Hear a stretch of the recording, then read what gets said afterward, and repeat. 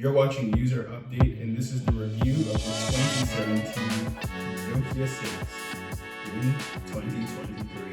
Before talking about the Nokia 6 in full, let's go over a brief history of Nokia as a mobile phone company. We could break down Nokia's brief history into 4 segments. That's the feature phone segment. You may remember phones like the 3310, 8810, the 9100 communicator. After the feature phone era, we could say that Nokia then moved into the Symbian era. They had their own operating system called Symbian. There's a bit of an overlap with the feature phone era as well, because feature phones are still being produced alongside of Symbian smartphones. They were smartphones for the time. We could kind of call them a pre-smartphone to how we understand smartphones today. At that time, there were other smart mobile operating systems. Microsoft had their own Windows Mobile that was popular on PDAs, if you remember those. Some smartphones had them as well. After this era, Nokia phones were exclusively using the Windows Phone operating system on their phones. From this time, they were producing phones like the Nokia Lumia 810, 610, 620, 635. Those were popular models as well. The 1520, which was a really popular high-end model. The 920, 930, those are also high-end model. 830 was also a very, very interesting device as well. All of those were using Windows Phone Mobile. The Windows Phone sort of era kind of ended in disaster. Nokia eventually had to sell their entire mobile division to Microsoft. They were struggling to sell phones and compete. And after Microsoft bought their mobile division, Microsoft eventually just shuttered the entire project and stopped making Windows phones altogether. Which leads us to our current era in Nokia phone history, which is the post-Lumia era, or we could call it the HMD era, because since Lumia phones have stopped, HMD was able to make a 10-year deal with Nokia to have the exclusive licensing agreement with Nokia to put the Nokia brand on their HMD global designed phones. They worked with manufacturers such as Foxconn, FIH, and several others as well, but essentially Nokia as a mobile phone company basically became a licensed brand company, or what we could call it like a white label company.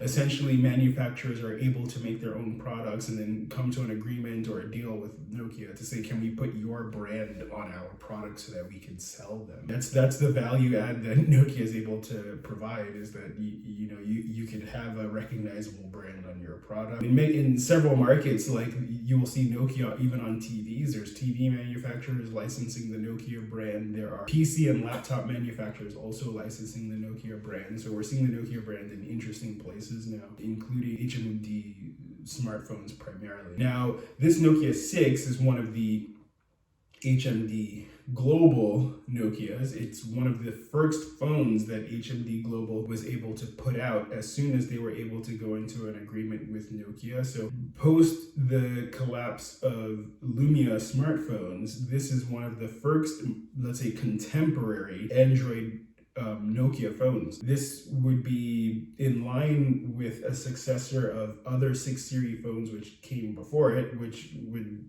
be a good moment to explain the Nokia sort of naming scheme that they've been using ever since the 90s. Nokia basically names phones by numbers, going from on the low end, starting with phones that begin with a 1 or a 2 to what we could call 3 series phones, 4 series phones, 5 series phones, 6 series phones, 7 series phones, 8 series phones, 9 series phones, which is exclusive to their very high-end flagship phones, and anything above a 9, like 10 or let's say 15, for example. The 1520 during the Lumia era was gymongous phablet. It was basically like a 9 series phone, but really made bigger and more premium and ultra than what a 9 series could put out. So 6 series, or anything with a 6, basically falls in the middle of their lineup. It's like categorically supposed to be a mid-range, middle-class kind of phone in their lineup, compared to something that would begin with an 8, for example. So in the year of 2017, Nokia was able to release a Nokia 3, a Nokia 5, a Nokia 6, and a Nokia 8. They did not come out with a proper flagship. The 8s, for example, are sort of like the flagship killer category, or like a low flagship, if you will, or just a step down, slightly cheaper phone that can compete with flagships, but not exactly a ultra premium flagship phone. Now, the Nokia 6 is very, very interesting overall. We can start talking about this phone proper, like a full review. The Nokia 6 is very interesting because despite being a mid-ranger phone, its build quality, especially for the time, like comparing for 2017 to now, its build quality is almost like, I would say, like a premium phone. When I hold this, I feel like this build quality literally feels like a premium phone or a flagship phone level of build quality. It is a full metal build. It has the flat edges. You know, it's doing the sort of like flat edged iPhone look. The current iPhones, since iPhone 12, iPhone 13, iPhone 14, it kind of has that like flat edge look going on almost a bit earlier than now, which is currently the, let's say, the trendy look in smartphone design. It has a very nice, very shiny chamfered edge going along the front and the back rim of this flat edge. And then you have this also aluminum trim highlight around the camera module. It's a very chic and sleek kind of look. Very simple, obviously. Like, there's not a lot of anything to it. I mean, overall smartphone design is not super crazy anyway. Like they all tend to, I don't want to say look the same, but they're more or less the same blueprint. Screen on the front, rectangle. There's, you know, not a lot of experimentation that could continue to happen in smartphone design anymore. Or I mean, maybe there could. You know, we see folding phones and stuff like this, but you know, like it's not to that degree as it was back in the feature phone days. Like, there were all different kinds of form factors being tried out, whereas nowadays every phone is pretty much a slab or a bar kind of phone like this. You know, very flat. I find this phone actually surprisingly thin in terms of build quality. It's also moderately lightweight for its size. You know, the design shows a very high level of attention to detail. Very, very high level of attention to detail. Is a quite chic and I would say interesting hardware design. Like, this is the industrial design of this particular unit is surprising, to be quite honest. When you hold it in hand, it just feels like a much more, let's say, premium phone, much more expensive, like just richer than this phone originally sold for something like $280. So when you hold this and you're just like, this was a sub $300 phone, and like it feels like maybe a $600 phone, $700, like you know, especially like if you compared it to something of that time period, like an iPhone 7, for example. It's like when you hold this, it's like this feels like like an iPhone 7 was a premium phone. This is on that level of build quality. Aside from the build quality, let's just talk about now the phone itself, the hardware, using the phone, day-to-day activities. What I would say is that, especially, let's keep in mind that this review is in the context of 2023. We're reviewing a 2017 phone now, so this is like 5 years later since its release. It's no longer getting updates. It is stuck on Android 9. But what I could say is that a phone like this could be picked up on the used market, refurbished for $50, maybe $40. I would say between 40 and $60 you could pick up something like this. Now, I picked up this one for around $50, and it is in pristine condition, practically mint condition. No scratches, no nothing. Maybe there's a little blemish on the flash module in the back, but other than that, if you're looking at it, this phone is in a grade condition. You could possibly find something like this in this condition as well, and you know, that would be like $50. It'll set you back $50, and I don't think that's a bad price, and I'll explain why. I would say that for day-to-day tasks, yeah, I'm wiping the oils off of the screen, the fingerprints. It's a bit of a fingerprint collector, but it's not too bad. I still think it looks great despite that. In terms of day-to-day tasks, things like Wi-Fi, I think it is able to get good speeds in terms of download. If we run a quick test now, I can confirm and show you one more time like what kind of speeds that it's getting. I don't think it's a particularly slow phone on Wi-Fi. It's able to download websites adequately fast enough.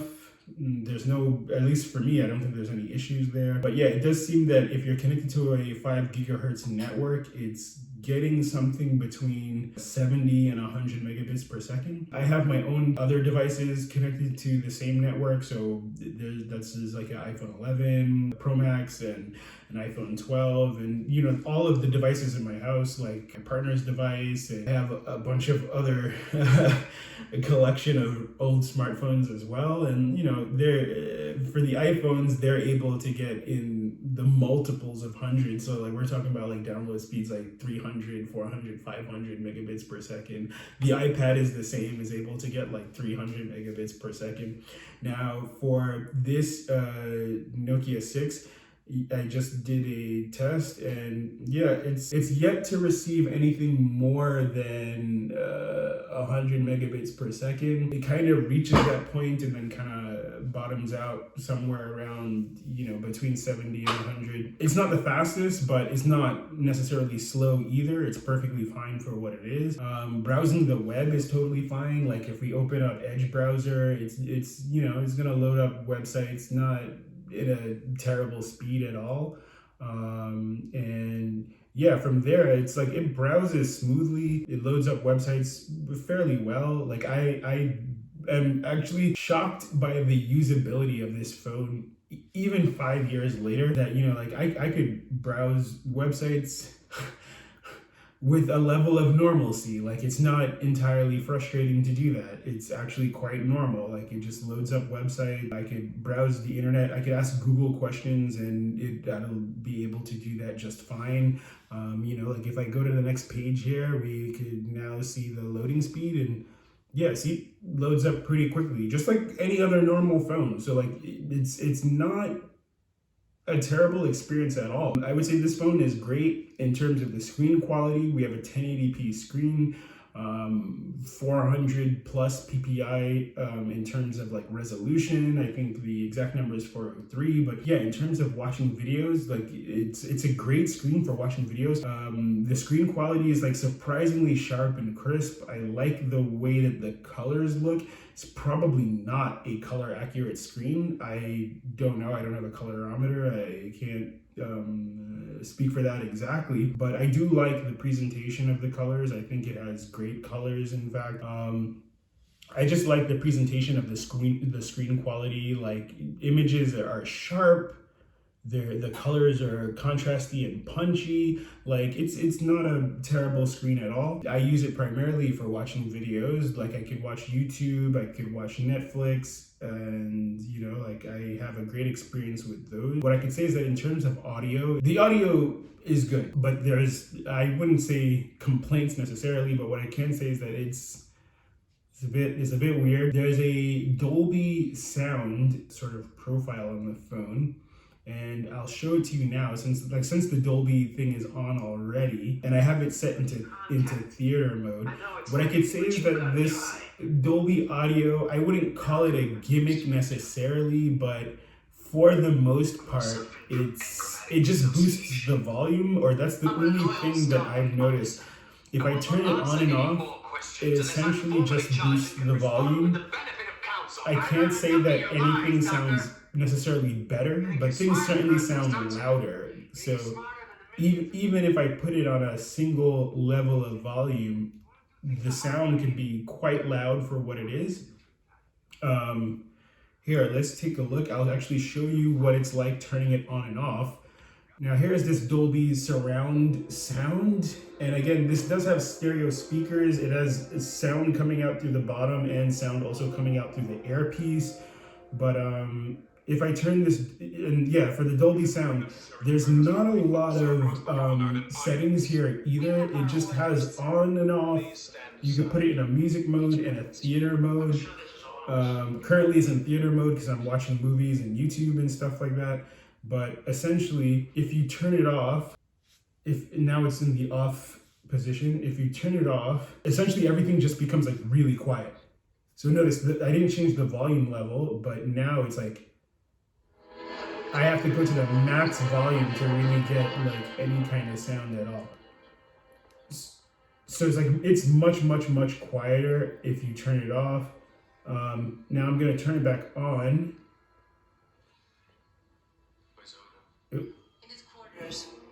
Yeah, and you see how the volume just got boosted just by turning it on. So that's primarily what it does, is that it just like boosts volume. I don't know if it's like necessarily changing the sound profile a great deal, or changing if it's a true equalizer that's changing the levels. But what I can say is that it does change the volume.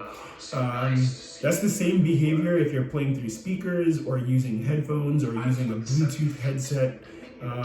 It's more or less the same situation in all of those. In terms of music, it plays music perfectly fine. Again, I switched from the theater mode to the music mode with the Dolby audio, and I don't know if it's making any difference at all. I personally can't tell. It just sounds louder than if you have it off.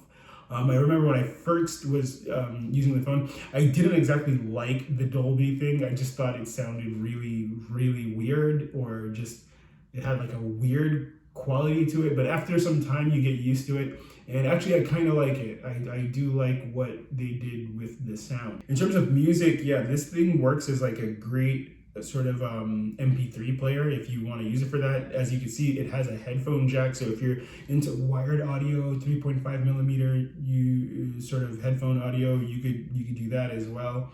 I think it sounds pretty good with the audio as well.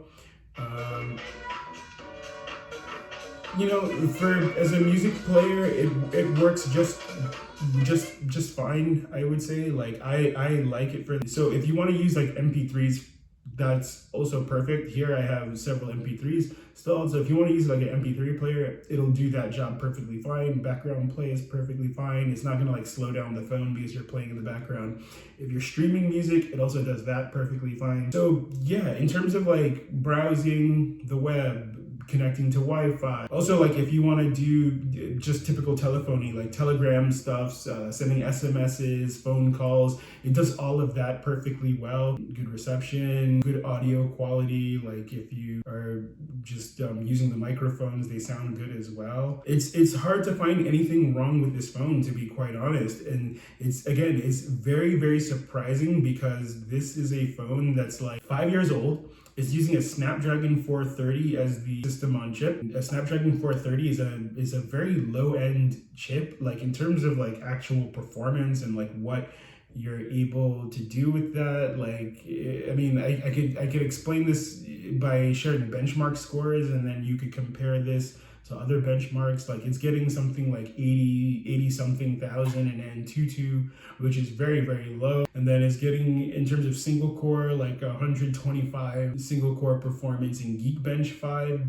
That's another benchmarking software. You could also check that out. So 125 single core, and then almost 600 multi-core, or roughly plus or minus. Like if you look at other people's results as well using the Geekbench browser, you will see roughly the same scores. I would say 125 single core, 600 multi-core. Look at those kinds of scores. Like it's obviously low. I would say that this, at best, it competes with other low-end phones that are being released in 2022, and it's not much more powerful than this. And this is a mid-range phone from 2017. So what it tells me is that many manufacturers find that this level of performance is perfectly okay for somebody who's looking for an entry-level phone, or just, you just need to check email, send some text. Okay, fine. Then this level of performance is perfectly, and it's been that way since 2017. I like to joke around a lot that like 2017 was peak smartphone, and when I see this phone and I review this phone, I pretty much feel like that's 100% true. Obviously, on the high end, flagship phones like the iPhone, your Samsung Galaxies, like the S series of Samsung Galaxies, like the S22, your iPhone 14s, these phones are going to be extremely more powerful than this.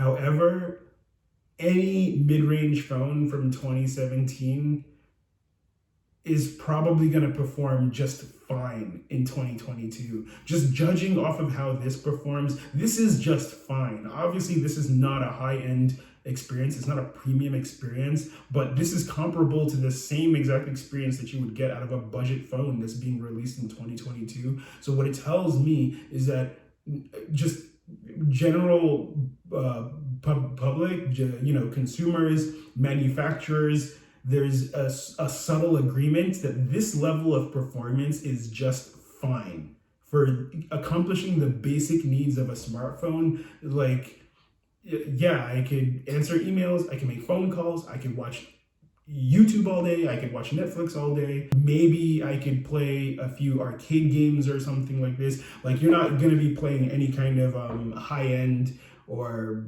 3D games on this. Like, if you're thinking about PUBG or something like that, maybe forget it. If you don't care too much about 3D games, it's gonna play like any 2D arcade game just fine, or not even 2D arcade game, also like these semi 3D sort of arcade games.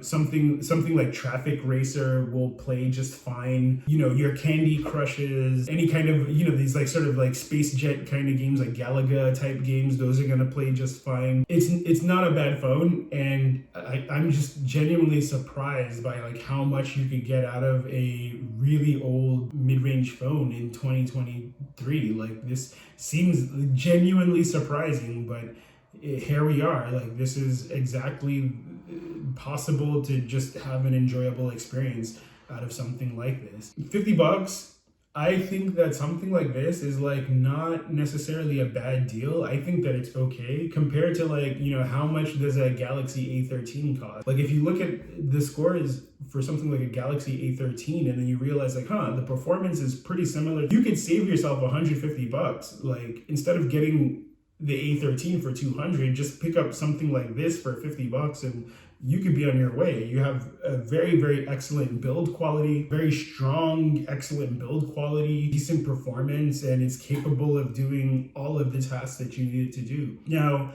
lastly, I want to round up this review by talking about the camera quality. I think that's the one thing that contemporary budget phones and mid-range phones, contemporary entry-level phones and contemporary mid-range phones, they have that one advantage over a phone like this, because this phone has only one camera, and any contemporary entry-level phone or mid-range phone is going to have at least 2 cameras, maybe 3, a lot of times 4. So they're able to do a bit more with their photography. And yeah, this is a single 16 megapixel camera. Typical, let's say, output it's okay. It's okay for what it is. I personally think that it's okay. And I could put on some photo samples on the screen right now.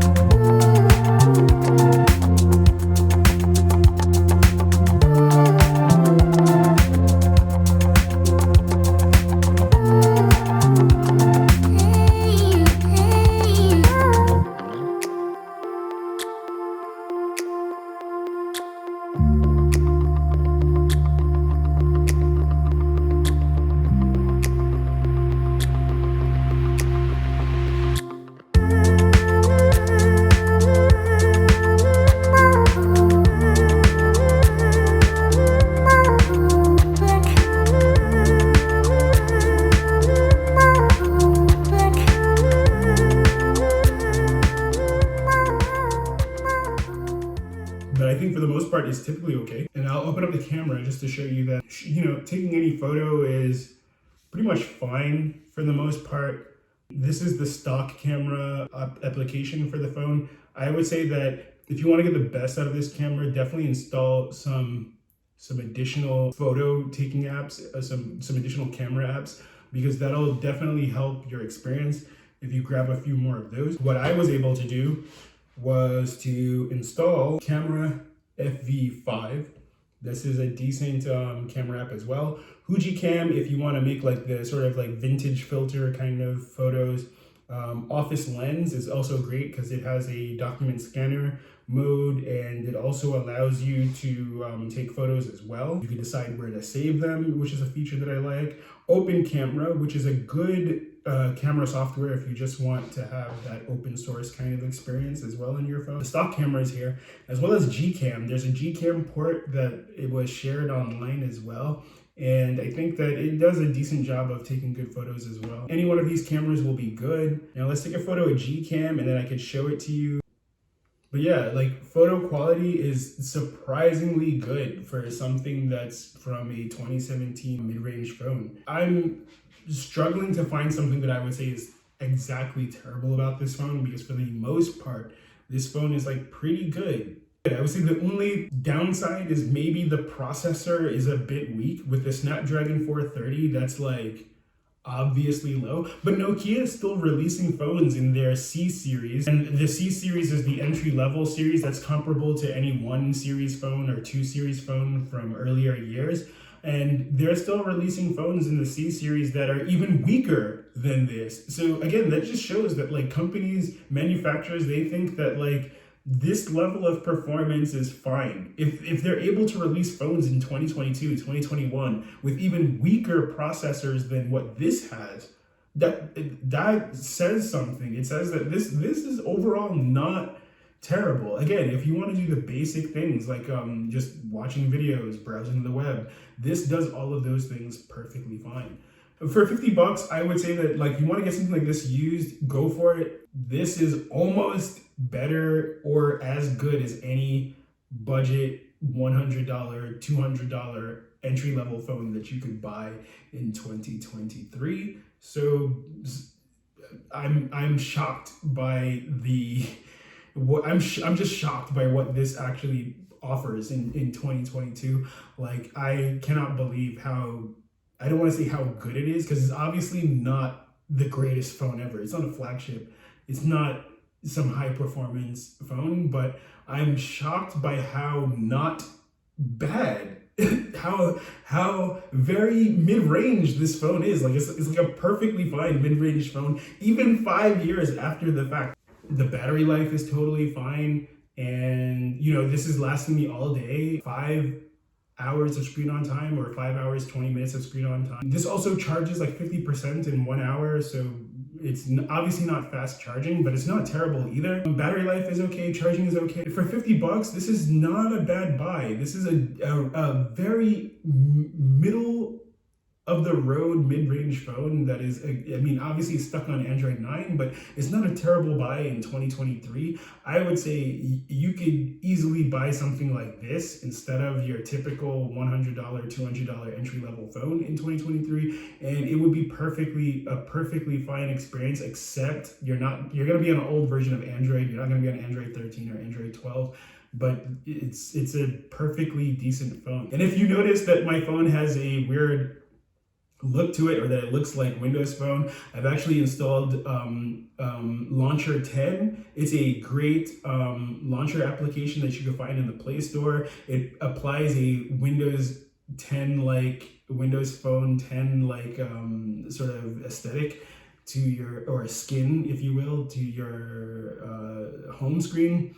Everything else is going to be typical Android sort of look, but if you're really a fan of that Windows Phone look, download Launcher 10. It's a really cool app. That pretty much sums up my review of the Nokia 6 in 2023. I think it's a decent phone still, even 5 years after release. Perfectly fine.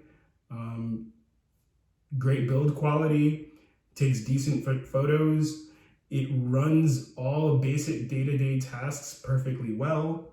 If you want to do some kind of 2D kind of game like Candy Crush or whatnot, you could do those.